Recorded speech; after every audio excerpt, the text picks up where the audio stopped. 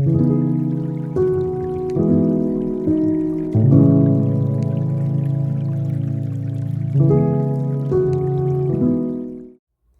friends. Do you remember us making the necklace with the plastic resin and resin? Alright, I'm going to make some earrings, and I picked these two here. Alright, I need to have a place where I can put the earring wire on. So what I have here is actually paper clips that I have just clipped a bit off them. Okay, then I took them, put them in the right place here, and what did I do with it? Right here. And I just bent the ends around so it will hold tighter in the resin. I could have just used them straight out. Could have just put them in like this here and resin them in. But I didn't want to chance them pulling out. Although with earrings, they're fairly light. Chances are they won't pull out. Alright, let me put just a little dot of resin right there. Take one of these. As you can see, they're not the same size. If I was going to do this for anything other than my personal use, I would definitely have worked a little harder to make sure they were identical. I mean, I suppose I could take my pliers, excuse me, I got a little frog in my throat tonight, and just tighten that up a little bit. Just a little bit more. Okay, but see how these are crossed over? You do not want them crossed over because it raises it up. So pinch here and then pull there. All right, now let's put a little resin right on my orange kitty cat. Put this on, straighten it out. Kind of there, centered. Put it under my brand new UV light. And while that's doing that, excuse me, let me get a drink. Oh, thank you. I am drinking tea. It is Crystal Light raspberry green tea.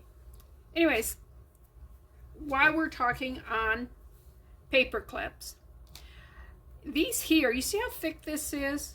Normally resin will only be about like this. These are a deep pour because they're my garbage. I just kept adding different stuff to them. I don't know what the finished product will look like, but I doubt if it's going to look like that.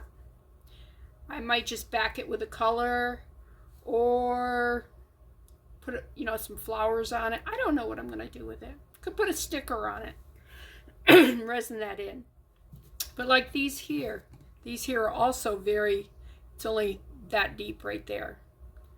And you can put a jump ring in these really easy and make a nice pair of earrings. But this is much harder. You'd have to get a really big jump ring, and I do have some huge ones. This one might be big enough. It'd be close. But what if we were to take a jump ring and let's open it up a little bit. And I'm going to use my memory wire cutters. If you don't have memory wire cutters, use whatever cutters you have. And I want to cut about that much. Get rid of that there. And you want to make them even. So evenish. They don't have to be exact. Okay, next thing you're going to do, take some pliers, pinch about, I would say about that much. I'm terrible with measurements. You know, these people go, it was an eighth of an inch. I have no idea what an eighth of an inch looks like. I'm sorry. And you just bend it in like that there. Go over onto the other side, pinch again. If you have to pull these out, that's fine. All right, that doesn't want to move past that bail there. All right, hold on to it, and then pull them back together. Did that one a little too far in. That one's not far enough in. I'm going to open it a little bit more. I'm going to flatten that out because it wants to bend up. And they need to meet in the middle. So let's take this now. Stick one side in. All right, come on. Had to make sure the hole was straight across. It was. And then go on this side. Ooh, nope. The hole is blocked. I'm sorry. These are not ready for this section. Usually if you just take pliers, you can just pinch that excess off right there. Let me just grab this one here. This one goes all the way through. And it's also too thick for a regular jump ring. All right, let's put that in like that. Twist this up so that it lines up. And then we just pinch it like a regular bail. Basically what we have done is we have made a bail.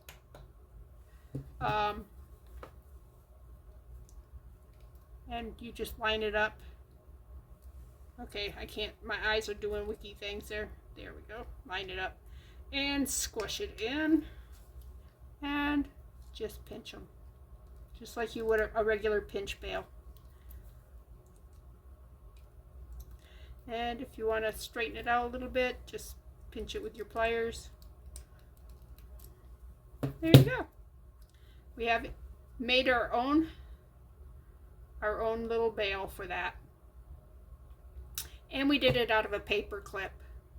So if you have your resins too thick for regular jump rings, bails are expensive.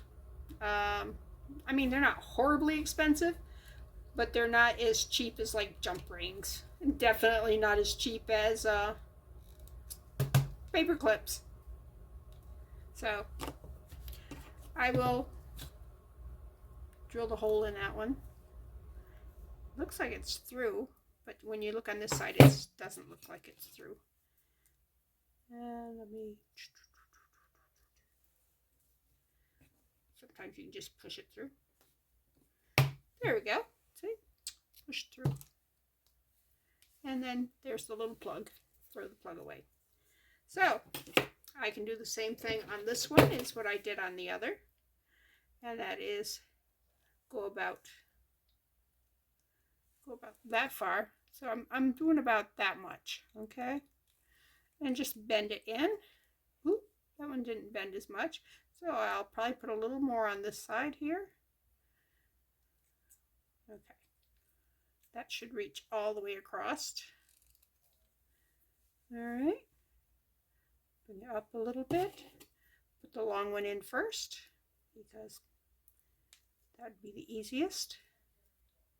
You know, I don't think we should do this way. I think we should do it this way. So let me pull that back out. Pull this like that because we got to pinch it anyways. I'm learning too, so the best methods. Oh yeah, that was so much easier.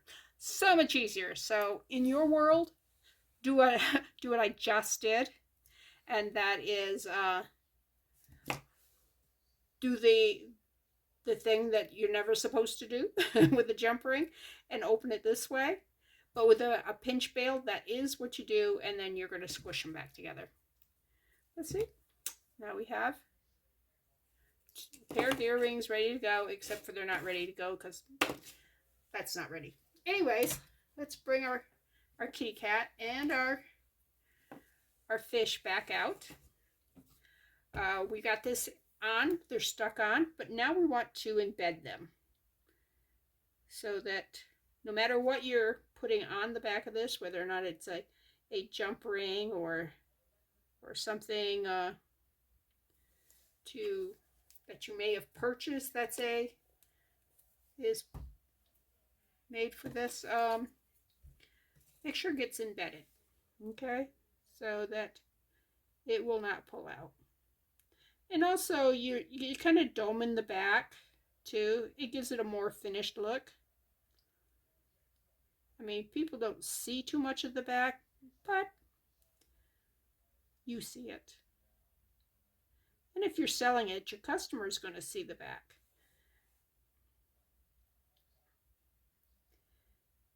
And maybe somebody will actually see the back, you know? You might have that one person who goes, oh, let me see these. And then you go, oh, I am so glad I domed the back because it looks more finished. Now this one here, see how this one looks better than this one? I don't know if you can see that or not, but I didn't spend enough time making sure that's was flat and even and stuff.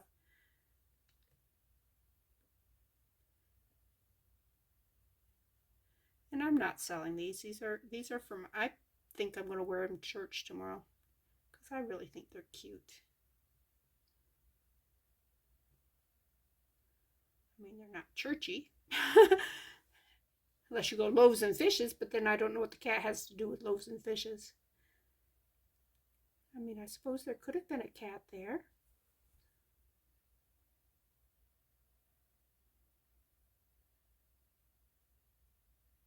I doubt it.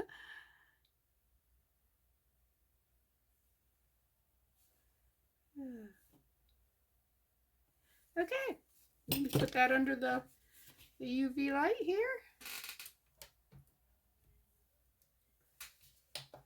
And then all I have to do is put some earring wires in, and I have a pair of earrings to wear tomorrow. It goes with my kitty cat necklace that we did. All right. And we get 2 wires out. Make sure they they match. You would not believe how many different kinds of wires there are out there and how they don't match. But yeah, this right here is about the regular thickness of an earring. And this too isn't finished. It needs a backing of some kind. I mean, that's kind of cool. But I don't know. I'm not really into the clear stuff like this. And the other thing that I thought was so funny, we spent so much time making these. I have a cat and I put it away, I'm sorry, a fish and a cat mold. So I could have just done this. But the idea was to show you that you can make you can draw out of a coloring book or a freehand or whatever you wanted, and make whatever you feel like out of just waste plastic. But make sure that you check the recycling code that's in that little triangle somewhere on that plastic packaging. It should have a 1 on it. These had a 6. Yeah, either a 5 or 6. I don't. No, I can't remember. I'm so sorry. But yeah, and that's your shrinky dink stuff. I think it's 6. Anyways. But there we go.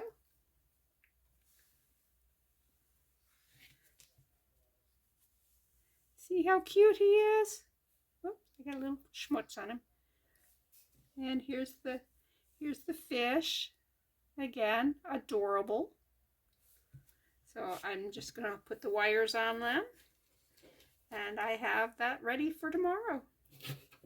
I just have to figure out what shirt goes with cats and goldfish. Oh my gosh. That's going to break. Look at this. I knew the minute I moved it that it just felt wrong. Well, let me get another one out. I hope they're better quality than that one. I mean, sometimes, sometimes metals just aren't. Should have, yep, okay. You have flaws in all products, so don't get too upset if you have something like that happen to you. And again, always train yourself to, I always hold it like the earring like this with the back towards me, and then I always put the back up. So when you flip it over, your front and front are together. If you make a practice of putting an earring wire on your earring project the same every time, you'll have a whole lot less problem. Believe me, I put them on wrong so many times before. I just naturally do it right now because, see, aren't they cute? Yeah, because I've just done it so many times. So anyways, I just wanted to show you these here and touch base with you. I've just put a new video up, so hopefully you've already seen that one. That was on a necklace piece that was so pretty. So okay, I'll be back with something more.